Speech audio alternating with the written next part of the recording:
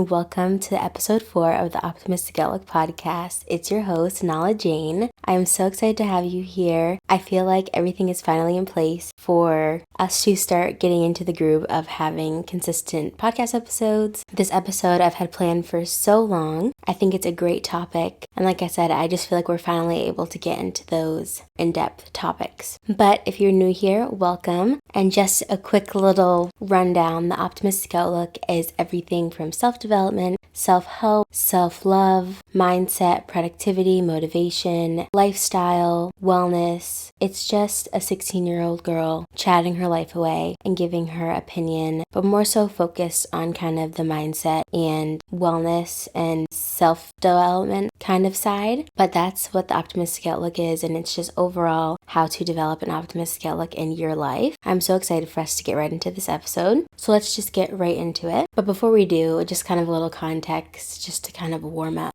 before we start getting into the juicy stuff. A little background, I'm filming this episode at 8 in the morning, and it's currently, for me, Hurricane Helene. So I live in Florida, and obviously I'm used to a bunch of hurricanes now, but this one is pretty bad. It's considered a category 4. What was considered the worst of it hit yesterday. Now it's just kind of like sprinkling here and there, kind of just cloudy outside. But the reason for saying that is that it definitely set the mood for like filming this podcast. I don't know, sometimes like when you need motivation, I don't know, it's like I'm just so much more productive when it's raining, and like for some reason it being a storm made me want to film this podcast so much more. But also being said, I just wanted to say I hope everyone was staying safe in the storm, because I know that so much damage can happen with these hurricanes. I'm more of in a safe location when it comes to Florida and the hurricanes, but I know that people that are closer to the Gulf and the south side definitely experience a lot of damage. So I really hope that you and your family are safe, and if there was some damage, I really hope that, nobody was hurt. Overall, that everyone's just okay from Hurricane Helene. So that's number one what I wanted to say, because I just wanted to kind of give a little context on the podcast episode, get used to me doing a little yap session before we get into the topics, because I like to chat. But moving on into the episode. Today's episode is titled How to Protect Your Peace plus Focusing on Bettering Yourself Despite the World Around You. I think this is such a versatile thing, and I think that everyone should learn an aspect of protecting their peace, whether it's a little bit or some people might need it more. If you're clicking on this episode, you're obviously going through something or motivated in some kind of way to protect yourself from something that's disturbing your peace. So let's just get right into the episode because we have a lot to talk about. The first thing that I wanted to kind of touch on is some things in your life that can be disrupting your peace, because sometimes you can't figure out how to protect your peace if you can't identify necessarily what's disrupting it. And sometimes people know right away what's disrupting their peace, and that's amazing. But other people could just be feeling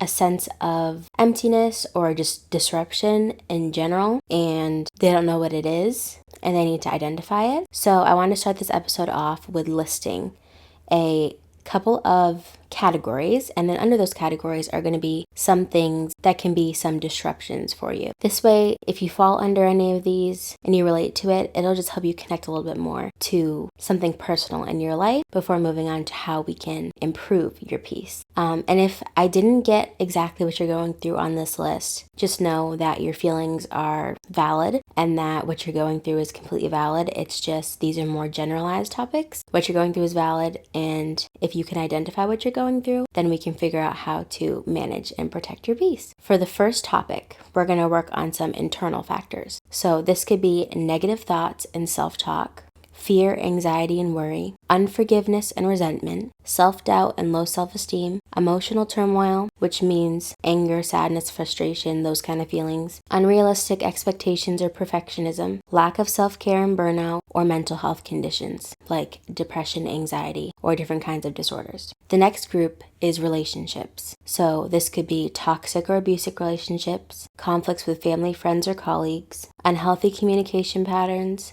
betrayal or mistrust, social comparisons or envy, unsupportive or critical partners, and difficulty setting boundaries. The next category is external factors. This could be financial stress and uncertainty, health issues, work-related stress and pressure, traumatic events, unstable living situations, or environmental concerns. And then the last group is major life changes like moving, divorce, or job loss, uncertainty and unpredictability, adjustment to new circumstances, or grief and loss. So like I said, if these do not relate to you in any kind of way, your feelings are valid. And if they do, know that these can be major disruptions in your peace. These are more generalized. Obviously, this is not to your specific situation exactly, but I just wanted to list off some few things that might help you identify if you've gone through a couple of these things recently, or just even in your lifetime, why your peace might not be where you want it exactly. And like I said, remember, everyone's experience is unique, and what disrupts one person might not affect another person. So recognizing the source of disruption is really where you need to start and identify before you can start working on yourself. And I think that's super important to really go through, especially in these areas like transitions and changes, like internal factors. So those other areas like relationships and external factors, those areas are very obvious. And when I say that, they're visible. So financial stress, traumatic events, abusive relationships, those are things that, whether or not other people see them, are visible to you. But things like transitions and change and internal factors, so this could be fear, anxiety, and worry, negative self-talk, or uncertainty and unpredictability, or just adjusting to new changes. These things are a little bit harder to identify if you don't develop self-awareness to know that this could be what's really driving my lack of peace. And that's where you just kind of have to do the self-work and really dig into yourself to see, is it something that's internal? Because sometimes it's not even something that's externally happening. And that's okay, because internal things a lot of times could be even longer and even harder to dive into and work through because no one else is seeing it. So it's something to think about. But before we move on to how to protect your peace, I pulled up the exact definition of peace. And so peace obviously looks different for everybody. It looks different on everybody, for everybody. It means a different thing to everybody. That is perfectly okay. But for the sake of the podcast episode, I wanted to give you guys the exact definition of peace because I actually think it's amazing. I've never looked at it before. But the exact definition of peace is literally so simple. It's just freedom from disturbance. I never even knew that. Freedom from disturbance. So how are we going to develop freedom from disturbance despite the world around us? Well, obviously, we're never going to develop a full freedom of disturbance. But how are we going to minimize disturbance pretty much? And I feel like that just gives us a easier breakdown when we think of ways to develop peace or protect our peace. So when you do some self-reflection and you're really thinking about, okay, am I peaceful right now? Or is my life peaceful? You can also reword it and say, is my life free from disturbance? Is this situation making me feel free from disturbance? And I feel like it even gave me a broader perspective on the word peace. So now we can move on into how we can protect our peace and more so work on ourselves because we can never change what other people are doing. We never know what other people are doing. Like I said, if your peace is being disrupted because of external factors or other people, how are we going to regain our freedom of disturbance despite what other people are doing to us or around us? We're going to dive deep into some ways to protect our peace. So number one is self-care. And before I want to say anything and before I go into the, topics under self-care could be anything. It can honestly be anything that makes you feel good. But these are just some things specifically that are good for you, more generalized topics. And I also want to say, I didn't even say in the beginning, I am not a therapist, not licensed in any kind of way. I just always want to say that in every kind of episode that I am talking about these kind of topics. I'm just giving my opinions. Anyways, these are just kind of some things that you can do under the self-care section to start treating yourself with the love and respect that you deserve. And the reason why I put this one first is because a lot of times people try to always bombard themselves with work first. Their first thing is just doing more stressful things more. That's their first idea of self-development. And I think the first thing is to step back. And if you're having less peace, then focus on caring for yourself. That's the first step. So number one is prioritizing sleep and rest. That is so important if you're going through any of those things that I listed earlier. Prioritizing sleep and rest, making sure that you're getting at least 8 hours. I do a terrible job at this. I literally probably get at least 5 hours, so that is so bad. prioritizing sleep and rest because your brain, it is so good for you, not only physically, but mentally. You'll feel so much better clarity-wise and emotionally more stable, and overall just be able to think clearer, and you'll just feel better. And once you get in a routine of how you sleep and wake up, it starts getting easier too, because the initial trying to get a sleeping routine can be very difficult for some people. I know it was difficult for me, but once you kind of get in a routine, it's probably the best thing that you can do for yourself. And I also want to mention too, not trying to go too far off topic, but all of these things that I'm listing right now, because how to protect your peace is such a broad question, topic, podcast episode, all of these things that I'm listing, right? Prioritize sleep and rest. Everything that I'm listing here is so broad, and I'm trying to cater to a lot of people, but a lot of these things that I'm listing, I want to have podcast episodes on themselves. So things that you might hear in this episode of me talking about how to protect your peace, some of the solutions, I want to have podcast episodes on too. So I will definitely go deeper into some of these things eventually. These are just some tips for this specific episode. I just wanted to make sure to say that because this is a pretty broad topic. I just wanted to start with this one because I think this is good to start with a broad topic and not necessarily start with a difficult topic to get to. But anyways, that was kind of off topic. But prioritizing sleep and rest. The second one is exercising regularly, and this is also for physical and mental health. And if you're not someone who likes exercising, something that has been really helping me is I love Pilates now, like Pilates videos at home. So relaxing. They play jazz in the background. I am not like a workout person. I don't like walking, specifically because it's just so hot here. I'm just not an outdoor person. But if you're a walker, definitely walk because that is so good for your mental health. And if you don't like going to the gym, that's a great alternative. Yoga, another great alternative. And it's just very good for your mental health and moving your body. And it's a very good way to relieve stress and anxiety and any of those feelings that would be disrupting your peace. And it's a great way to develop peace. And obviously at the same time, you're developing many, many benefits for your physical health as well. The next one is meditate and practice mindfulness. So something that I've been trying to kind of incorporate in my life is trying to do like morning breathing, and I'll do like videos on YouTube or podcasts, episodes that have mindfulness in it, and then I'll do night like story times or night breathing and mindfulness videos, and they really do help unwind at the end of the night and start your day. Even if you don't do it necessarily yourself, you can find guided things for you. I know that sometimes a lot of sleeping apps, I use the app Sleep Cycle, and Sleep Cycle, it tracks all of your sleeping when you have it plugged in next to your bed on your phone. This is just on your phone. When you have it plugged in next to your bed, it tracks your snoring, your hours. It tells you, even though you were in bed, how many hours you were actually asleep. So even though your eyes are closed, you're not actually considered asleep if they can hear you moving around. So it tracks all of that, and they actually have guided things on that app too. So that's a very good app. I really like the app. And then it also wakes you up slowly. So that's one of my favorite things because I don't like being jolted in the morning. I really don't like that.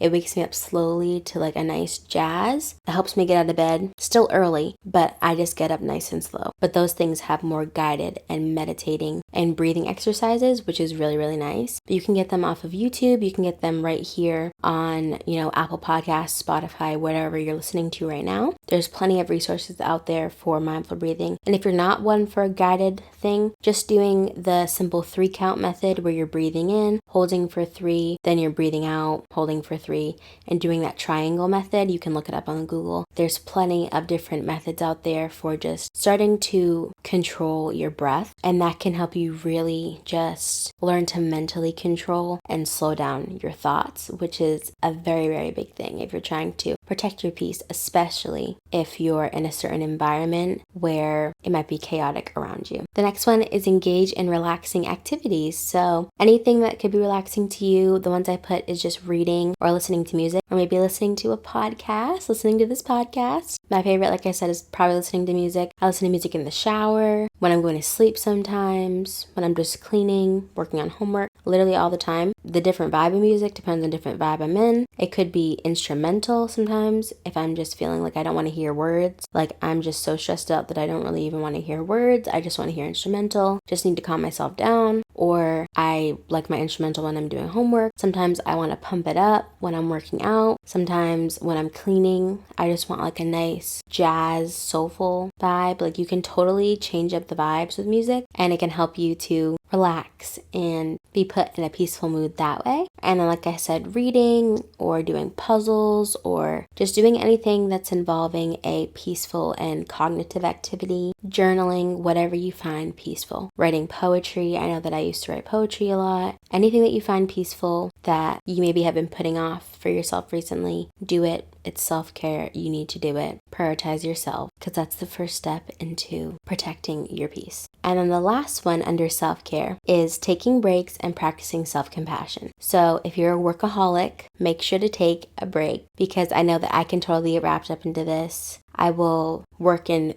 massive spurts and just get so burnt out and not take breaks, and then be super upset with myself when I'm so burnt out and just be upset and say, why can't I do this? Other people work this hard. Practice self-compassion. Say, I'm going through this. I'm feeling this. My feelings are valid. It's okay. I need to take a break. I need to work on myself right now, and that's okay. And that's really, really important when you're trying to protect your peace, because if you're not able to self-regulate your emotions and be able to tell yourself that it's okay and that you need to work on yourself, if you can't protect yourself from yourself, you're never going to be able to protect yourself from others. So that's a very important piece to this whole kind of thing, and something that you definitely have to work on very hard and first, I would say, before trying to protect your peace from others, because you have to break through those mental walls and all those things that are holding you back from even the things that you're fighting within yourself. The next topic is boundary setting. And under boundary setting, the first thing is to learn to say no without guilt. And this could be a very, very big one for protecting your peace, because a lot of us just say yes. We just say yes to anything. Oh, do you want to go out? Yep. Oh, this, yep. And we don't really analyze if it's going to be good for us, if what we're doing is going to be good for us, if who we're doing it with is going to be good for us. And even if saying no upsets the person that you're saying no to, if saying no is better for you in the end and it's protecting your peace and it's limiting the disturbance in your life, then just say no. That is so important and so valid. Do not be compelled to say yes. Do not feel like you have to say yes because it's a certain person. Do not feel like you have to say yes because that person is close to you. If this thing that you're saying yes to is creating disturbance in your life, or if this person is creating disturbance in your life, even if you love them dearly, and I want to put that there because someone who may be disturbing your peace does not mean that they are not someone that you might not love with literally all of your heart. And that is so important to put out there, because they can be the same person. And that's why learning these things and learning these important lessons is important to learn within, because you can't control other people. And you can't control the fact that they might be someone very, very close to you, but you can control how you deal with it and how you protect yourself from the disturbance. And that's what we're working on today. So learn to say no without guilt, no matter who it is, because that's going to protect you and who you are, because you can't risk losing yourself just because you feel too bad to deny something of somebody. The next one is set realistic expectations with others. Make sure that people know where they're going to stand with you. Wherever that is, I'm kind of going to leave that wherever that is, only because that's a very broad statement, and that kind of depends on who you are as a person. Wherever you are in your life and wherever you stand with that person, just make sure that they know and expect what you want them to, and that it all aligns with the boundaries that you want to have set. And I don't know if that makes total sense. Maybe that's something that I can do another podcast episode on, but this is just all under boundary setting, and this is more so specifically catered towards you as a person, and it's just more so setting realistic expectations. So like I said, I'm kind of just going to leave that where it is. There's not much to really go in depth with that, and it means what it means to you, but doing that is so important for boundary setting and just overall to contributing to developing peace. The next one is establishing healthy communication limits. I think that this is such a good point here, because this is not saying healthy communication habits. I put limits, which obviously you want to have communication habits, but limits means that you will only go up to a certain point with a person until you decide to excuse yourself. And I've learned this to become a very useful tip. And whether that's excuse yourself physically or excuse yourself mentally. And what I mean by that is if you're in a physical conversation with somebody and you can tell that this is now disturbing your peace. This conversation is now disturbing your peace. It's just not a productive conversation. It's not a healthy conversation. And you know whether or not a conversation is a healthy conversation. I don't have to explain. And you can now see that whether that's, arguing or it's just not a productive conversation or it's just not kind because people can be unkind. Whether you decide to remove yourself physically from the situation or remove yourself mentally. And when I say remove myself mentally, I mean something that has helped me protect my peace so much is the let them theory, which I heard from Mel Robbins. And it has literally changed my life from just 2 words, let them. And I'm going to share it with you. When someone's doing something that you can see is not going to add value into your life, and you can see that is just because they're going through something and they're upset about something, and you can see that it's because they're a negative person or they have negative feelings towards you for no reason, mentally just say, let them. And the peace that comes over you when you decide to just let someone do something and not bother yourself with it is absolutely amazing. Now, obviously, like I said, this is a very, wide range of things we're talking about here because this could be a situation where this is not something you just let them do. But if this is a conversation where, this is something where someone's just being unkind to you, right? Or something where someone's just being, this is just an unproductive conversation, like I said, mentally check out. And that's what I've done so many times. And it has helped me so much, mentally excusing myself. And that's where I put establish healthy communication limits. You want to establish it with the people that you're talking to, but if this doesn't work because of the people that you're talking to around you, establish them with yourself. Establish them so that you know when a conversation gets to this point, I am no longer going to engage. And that doesn't mean that you're going to verbally say, I'm no longer going to engage. Because a lot of times in conversations you hear that, right? You hear, I'm not going to engage. I'm no longer engaging in this situation. And that just honestly fires up the situation more when people verbally say that out loud. But if you can mentally inside say, okay, I'm mentally no longer going to engage in the situation. I'm going to let the person get out what they need to say, let them finish, and I'm done, right? Let them. What Mel Robbins said was just so profound in a way, because when you can mentally be able to shut off everything and allow people to do what they want to do, you can see how angry people are and how negativity really changes people. And you can see how you never want to be that person. Once you finally shut off and say, let them, you could be like, wow, that person is really angry. That person is really negative. And they're using everything and every ability they possibly have to make this a negative situation, right? Because they have nothing positive to bring to this. And once you start reflecting in those kind of ways, you start realizing, I never want to be that way.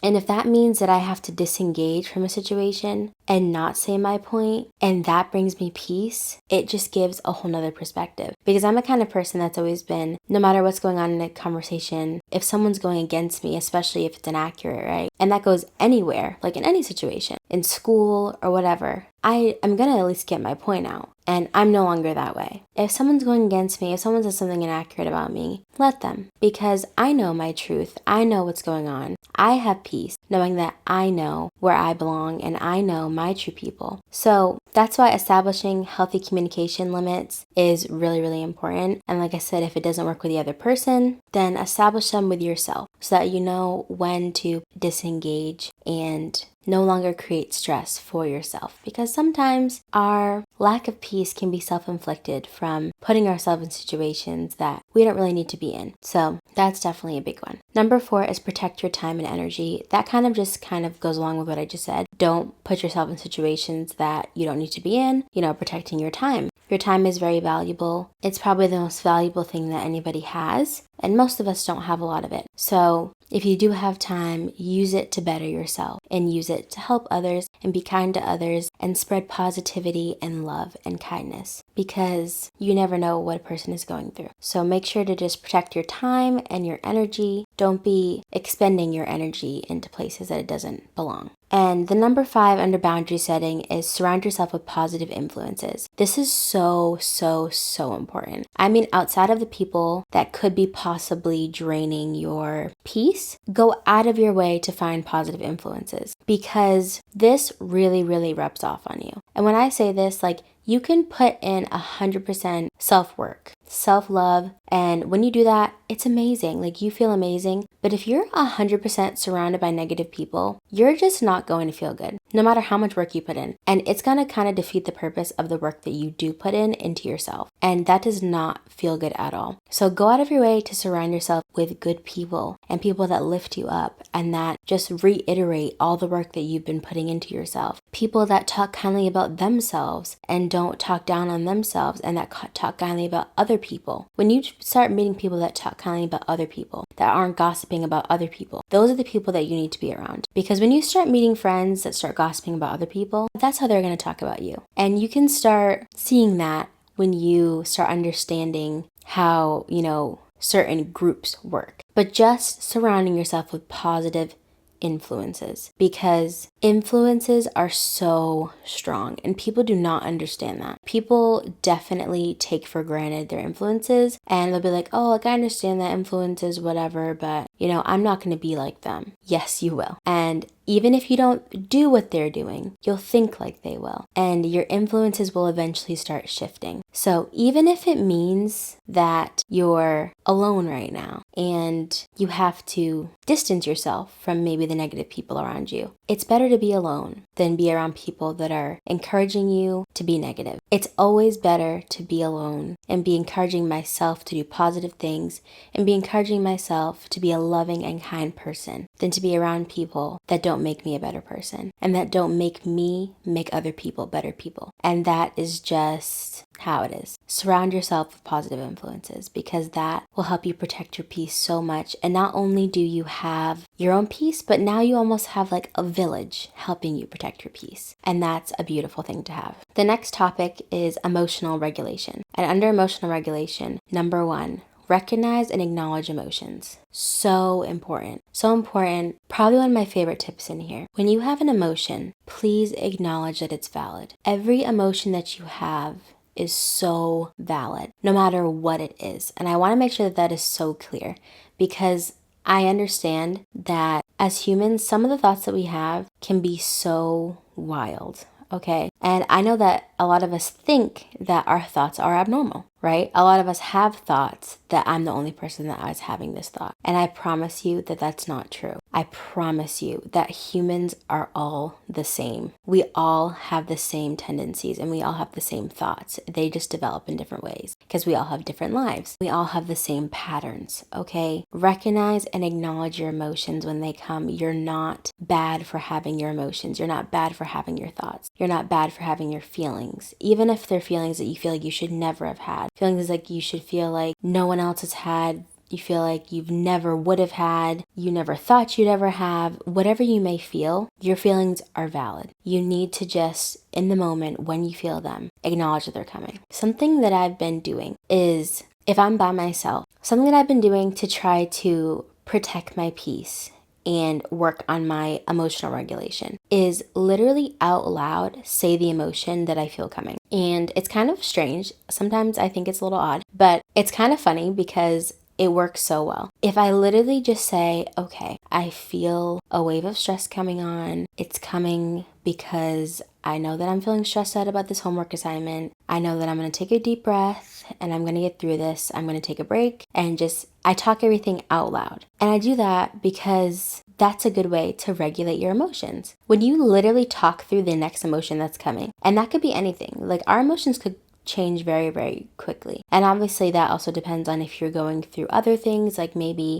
any kind of mental health disorders, which that's a whole different topic. This is a perfect tactic for those kinds of things too. Talking out loud to yourself if you are, in a private area where you feel comfortable doing that. Like for me, it's just me and my mom. So I feel comfortable like just kind of talking out loud, or if I'm in my room, I'll literally just talk out loud. And I never used to do that before. I decided and made it an intentional decision to start using that as an emotional regulation tactic. And that really has helped me so much in just getting past emotions faster. And even though it's an odd thing to do, I think we all need to start developing things that just help us individually. It's so important, especially when it comes to emotional regulation, to have tactics like that, because emotional regulation is a huge part in protecting your peace and becoming a better person and having an optimistic outlook on life, because you can't have an optimistic outlook if you can't regulate yourself, if you can't regulate your emotions, because emotions are fleeting. Emotions are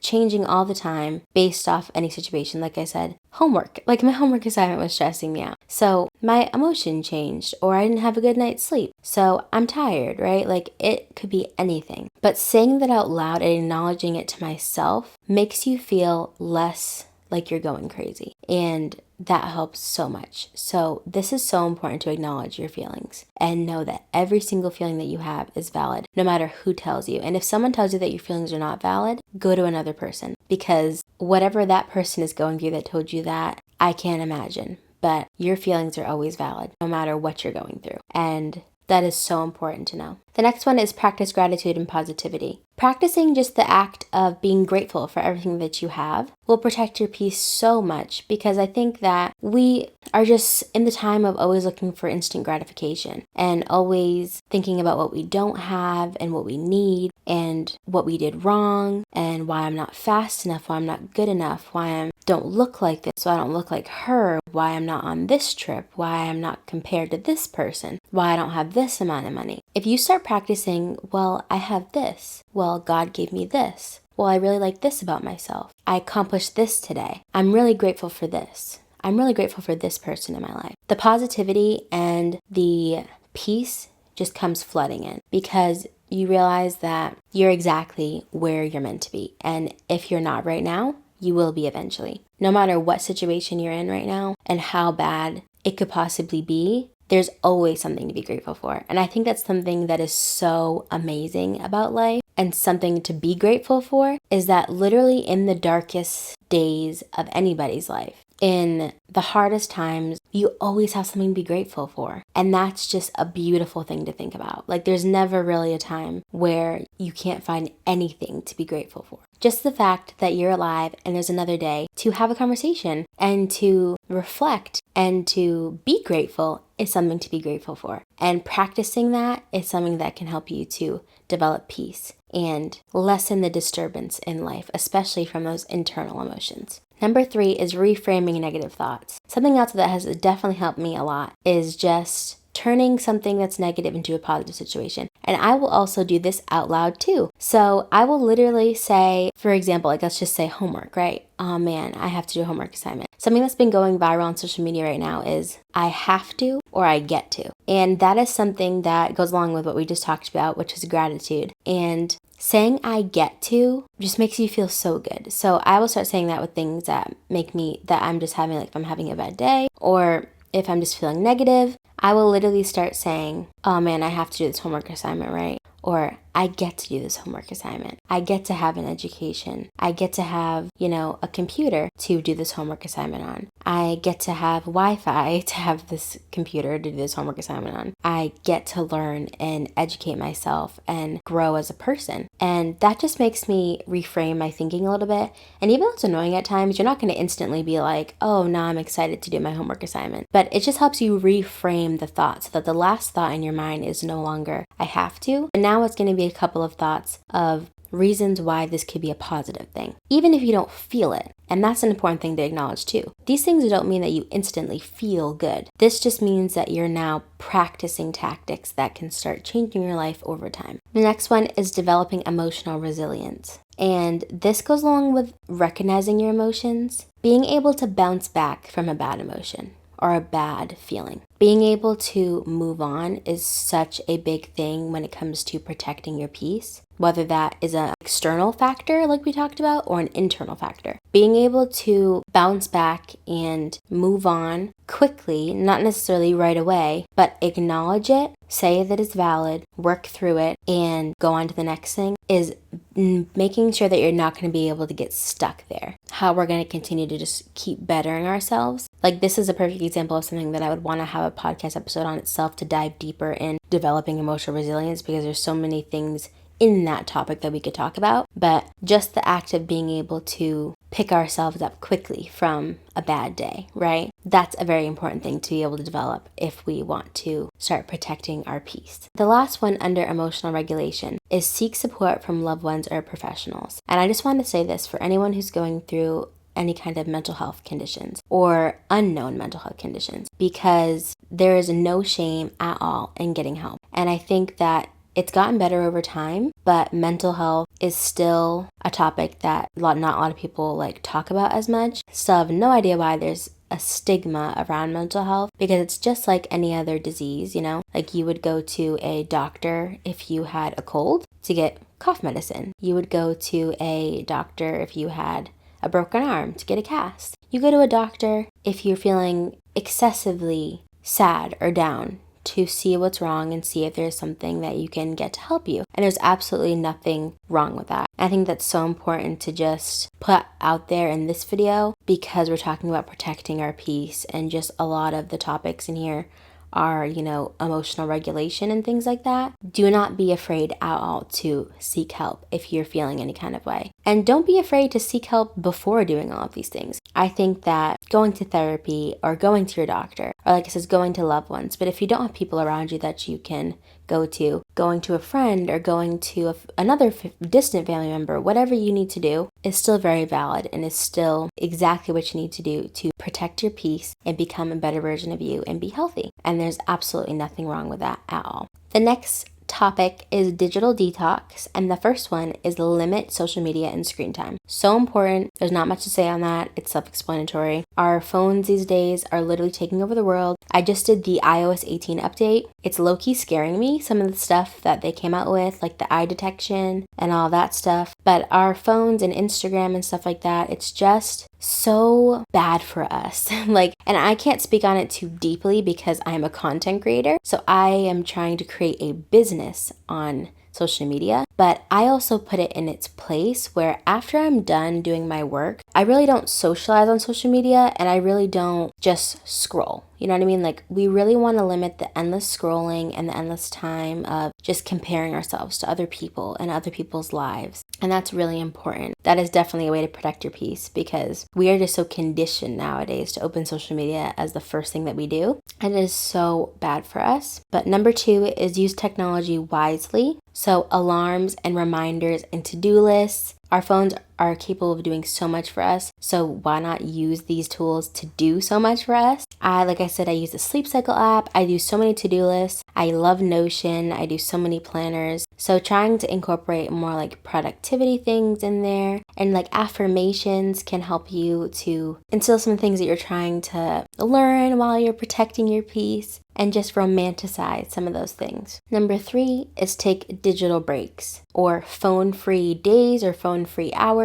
I really like this idea because it's almost like a challenge in a way, and you could do it with friends almost, let's see who can stay off their phone for a certain amount of time. It can make it fun, and it's just very, very good, and it's a very healthy thing to do. Even now when I'm charging my phone at night, I try to keep it in a different room sometimes, just because I need a break from it being in my space. Honestly, because it's always in my space. Even if I'm not on it, there's always some kind of technology in my space. Just what I'm doing right now, there's a camera set up, there's microphones, my laptop, my phone's in my hand, everything is just always set up in my space. And when I'm done with this, then I'm gonna edit this, and my phone's gonna be set up, and I'm gonna take this down and go in my room, and my phone's gonna be charging next to me. There's always technology around us. Sometimes I just like to completely separate it from even the room that I'm in, and it's nice to have those phone-free hours. And that can help a lot with stress as well, even just not having notifications, or even if it's just putting do not disturb on for a little bit, that can help a lot, and that can help with protecting your peace as well. Number 4 is unsubscribe from stressful notifications, like I just said, emails, or unfollow accounts that don't make you feel good.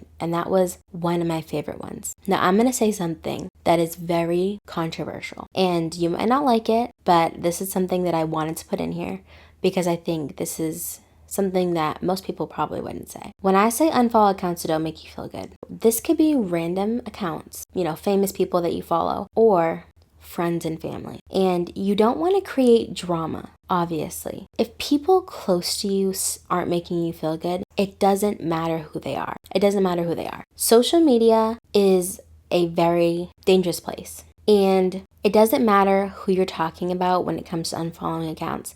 If there's an account that you're comparing yourself to, or doesn't make you feel good, or you feel like you're not supported by, or you just feel like is not making you a better person, then unfollow the account, even if it's friends or family. And if it comes up, then we manage and figure out a way to productively and kindly bring it up in a conversation about how and why we might have unfollowed that person, but it's okay. And we're not going to be creating drama and creating conflict, because social media, it's a place that's creating a lot of mental health problems for a lot of people. If you can prevent that for yourself, you need to do it, no matter how you're doing it. And that's why I wanted to say that. And whether that was blunt or not, I just wanted to say that because protecting your peace involves some decisions that some people just wouldn't agree with, but you have to protect the person that you're trying to become. And in order to become that person and to be better and start living life the way that you want to, you need to start making decisions like that. So the next one is relationship management. And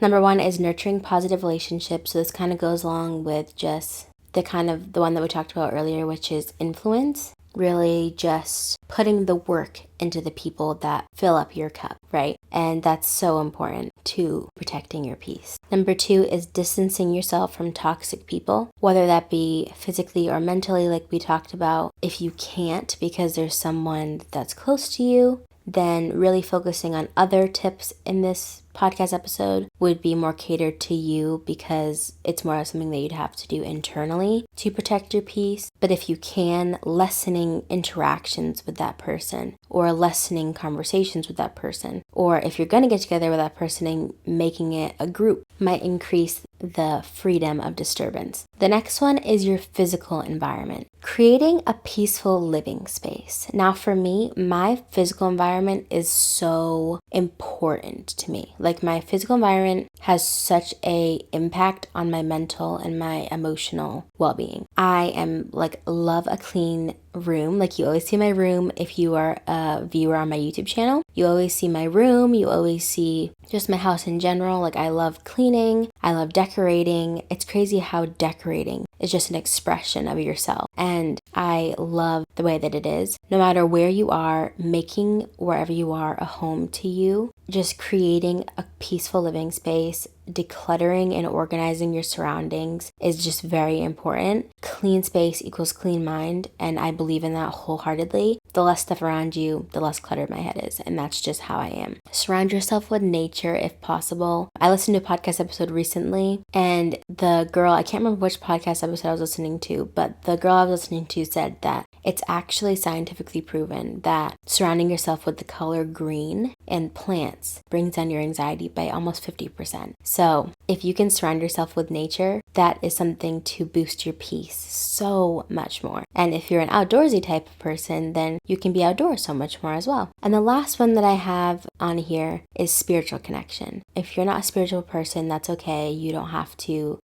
take these tips, but I personally am, and I believe in God, and He's a very big part of my life. So practicing prayer is something that has helped me protect my peace so much. And just asking for my peace to be protected has helped me. And the second one is connecting with God through Bible reading. He literally speaks to us. That's where He wants us to learn things about Him. And that's how I've connected with Him and learned so much more about Him. And that has helped me so much in growing and bettering myself and protecting my peace. And lastly, reflect on what God has done for you. Because for me, I just see all the things that God has done for me, all the things that God has put in my life, and all the things that God has gotten me through. And that just comforts me and lets me know that no matter what I'm going through now or in the future, He's going to get me through then. And that just gives me a sense of peace. Those were all of the tips. Just remember that protecting your peace is a continuous process, and you need to have self-compassion and kindness for yourself. Like I said, if I didn't get a certain tip in here or something, I really just wanted to give a generalized kind of podcast episode. I really wanted to cater to almost any kind of situation, if that makes sense. So I really hope that I cater to what you might be going through if you clicked on this podcast episode, and just know that I love you so much and I'm so happy that you're here listening. And I thank you so much for listening to the podcast episode today. I hope you guys enjoyed this podcast episode. If you are listening on Apple Podcast or Spotify, I believe there's an area that you can rate me. So please rate the podcast, please download this podcast episode, and if you're watching this on YouTube, please like this video, please subscribe to the podcast, please subscribe to the channel, and just comment down below if you're watching anything that you liked from the episode. I'm just so happy to start filming these videos and really get out the content that I've been wanting to get out and share with you guys, and start having these cozy little chats. It's now 9:30, so I'm probably going to get some breakfast. The sun is finally up. But thank you guys so much for listening, and I will talk to you guys in the next one. Bye, guys.